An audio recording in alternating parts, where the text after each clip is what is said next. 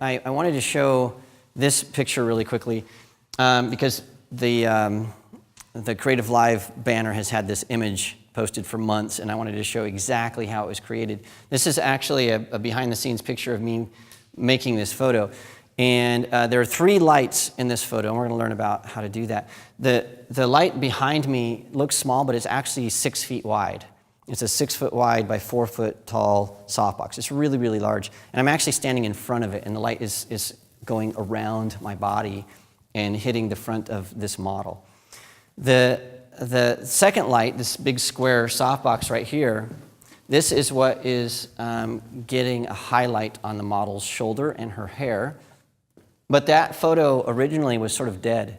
Didn't have much flair to it.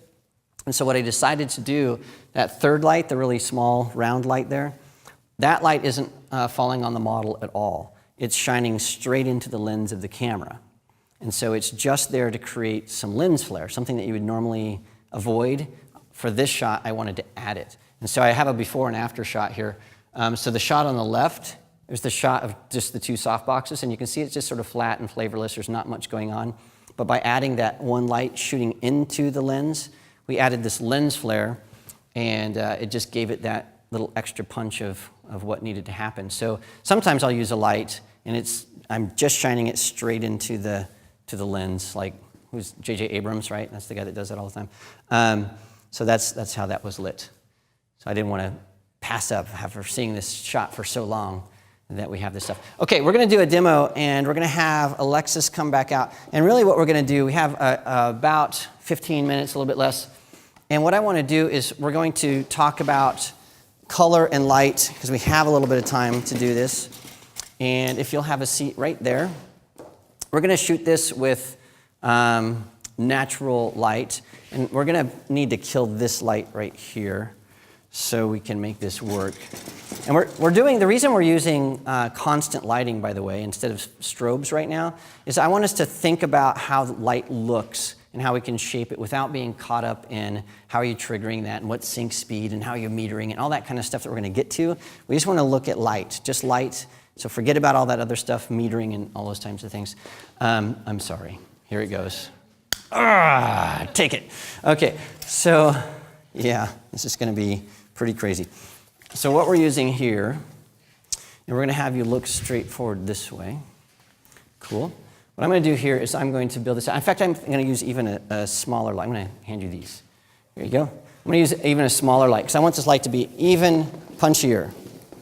Even punchier. Yeah, can you plug that in for me? I'm sorry to do this to you. These lights are very, very bright. Very bright. Okay. No, we're going to use a softbox in a second. Yeah. Okay. So this is very, very punchy light. And I'm going to move it to the side so we have nice contrast. Here we go. Later we're going to learn that this is called closed loop lighting. There we go. I'm going to feather that just a bit. Okay. Yeah, cool. Okay. Is your hair on fire yet? No. My hair is on fire. All right, so we're going to shoot this tethered. And let's make sure we're all good to go. Is this all good? Yeah. All right. So we're going to do a portrait here. And I'm shooting this with an aperture value of 2.8. I'm just using my built-in meter. And the lens cap is on, I saw. And we're going to zoom this in. There we go. See how good the camera does. All right. So here's the image that we're going to see. I'm going to have you hold this. Got it. Thank you. And here's the image that came up. Watch what happens when we convert this. So this is color, this color temperature. We need to fix that in a little bit. But all I'm going to do with this image is I'm going to take it from color to black and white. In fact, I'm going to create a virtual copy really fast so we can do that. So I'm going to go here, convert this to black and white. We'll increase the contrast just a bit. All right, so let's look at these 2 images side by side. And what you'll see is that this image in black and white looks pretty good, right? And so the color image, we don't really like that. It just feels, it's really orange. It's not so good. But as soon as we make that go to black and white, It's so much better. And this monitor over here is not too contrasty, so the blacks aren't black. So much I need to teach you about. I'm like, oh, we have to talk about the black point because that's not set right. But the quick demo is converting that to black and white can save our bacon when we do that. Now what we're going to do is we're going to take this similar setup. So John, let's get that softbox back on here. We're going to do almost the same lighting, but what we're going to do is we are going to use a small softbox on here. And what this softbox is doing, by the way, is the light is coming through here, and it's hitting a couple of diffusion panels. And so as it travels through this, when it hits this, there are a couple things that are happening. It's going to spread the light all over the place. It also takes the light from a small light source to a much larger light source, so our effective size gets larger. And then also, because this has walls to it, it's keeping light from spilling all over the place. And we're going to later learn the difference between an umbrella and a softbox, and one of the big differences is these walls and how we can control the light. And so that gives us nice directional light. Okay, so I'm going to throw this in here. And also the thing that I'm doing is I'm going to try to keep this as a vertical softbox instead of horizontal.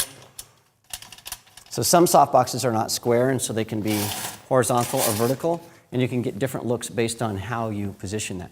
So we're going to blind Lex again. Bam! Awesome. Okay, raise this up just a bit. Bring it in nice and close. It's pretty cool. All right, let's have this camera really fast. Got it, thank you. And we're going to go in here, and I'm going to set my white balance really fast, just so I have that.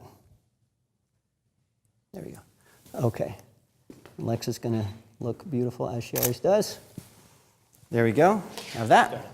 Thank you. And this here, it looks like our metering was just a little off. There we go. All right, so now let's take a look at soft light versus hard light side by side. So you can see that soft light in color looks much better than the hard light. So if we'll convert this soft light to black and white as well. So we'll take this guy, we're going to create a virtual copy just so you can see that. Then I'm going to do the exact same conversion really fast. Sync settings, yeah, synchronize everything. And now look at the difference between the soft light and the hard light for contrast. So for black and white, the punchy light will generally look better. I would do some other things with that hard light to position it a little bit better. But you can see the difference. That hard light gives us higher contrast and much more pleasing black and white image than the soft light. So that's the difference. Okay, any questions on that? There was a question that came in from Miss Jen Cohen who said, can you speak about the shadow her lips are creating on the right side of her face? And do you edit that out or keep it? Let's see if we can figure out which shadow she's talking about, so you guys can help me vote. So do you know if it's a color or black and white image that she's talking about? I can ask. We can ask her. Let's figure that out. Miss Jen, can you tell us if it's color or black and white that you're asking about? Yeah, and which shadow? Is it the shadow, this shadow here, or is it? I don't know which shadow she's talking about. Okay. Well, the color. She said color. On the color. Okay. Let me actually bring up the color image so we can see that. Boom. Okay. Yeah. So it's this shadow right here. Yes. Would you edit that out, or would you leave that there? No, I wouldn't edit that out. What I would do is I would change the position of my light so that is less noticeable. That's what I would do. And on this, for whatever reason, it's weird because that shadow, it looks like, almost like a birthmark or a growth or something, which Lex does not have. Yeah. So let's have you look straight forward. So what I would do, and let's have this camera be the camera, is if I'm seeing like some kind of problem there, what I can do, and this is the issue with side light, is if you bring something to the side, it augments any kind of shape on the face, any kind of like the lip shadows, whatever. If I bring this more on axis, and what I would probably do with this is bring it on axis, and I would actually stick my camera up underneath that, and then we could minimize any kind of shadows being cast by lips. And so yeah, I would do something like that. So that's how I'd fix that. Just change the position of light. And that's, what I was talking about earlier. Lex has got great skin, but let's pretend that she didn't. We would not want to light from the side, because if we did, we would have a big issue. The other thing I could do is I could light from the other side. I could light from this side. And then you'll notice that she has different shadows on the other side of her face because she has a crooked smile. And so that creates, people have different facial structures. I'm going to talk about your face just for a second. So I've worked with Lex a lot, okay? We've worked together for a long time. One of the things that's a little bit different and every person has this, so I'm not just picking on Lex. Every person has this. But we'll see this cheekbone on Lex is a little bit higher and broader than this cheekbone. They are not the same size. And everybody has something like that. Try this. Just take any portrait you have of somebody looking straight forward, go into Photoshop, slice it down the middle, and put the rights together and the lefts together, and you will be shocked at how asymmetrical people's faces are. They're very, very asymmetrical, and that's what makes us unique.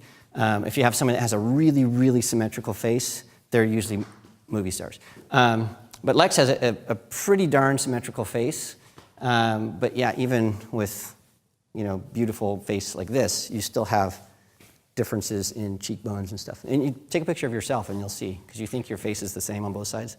It is not. So my girlfriends and I did that, Mark, and it was scary. It is scary, yeah. It was like the America's Most Wanted on one side. Yeah. And also one side of your face is very feminine, and then the other side is masculine. Absolutely. So you look more like a man in one, and you look more like a woman in the other. It's true. It's very weird.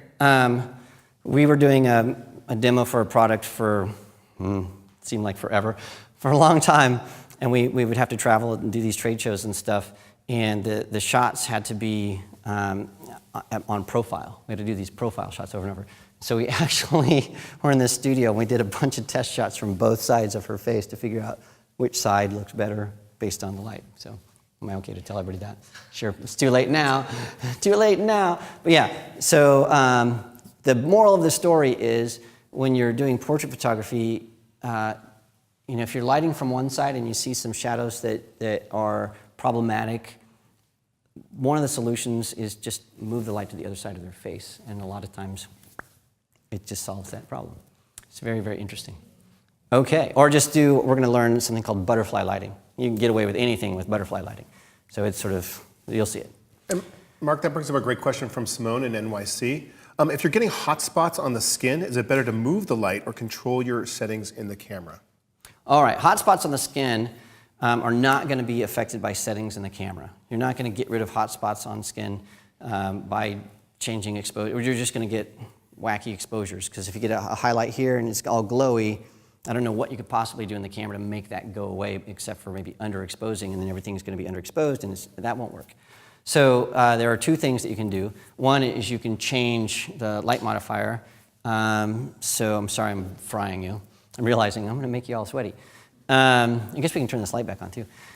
So yeah, you can change your light modifier. And in product photography, to minimize specular highlights, to minimize glare, there's a technique called double or triple diffusion. And so normally what happens is when you're lighting something that's very, very shiny, you'll have this a translucent panel, translucent sheet of something on a frame. It's called a diffusion panel. And that will be over the shiny product. And then there sometimes is another translucent sheet, and then behind that there's usually a huge softbox. And to get specular highlights to go away, the key is to get the biggest possible light source, the most diffused possible.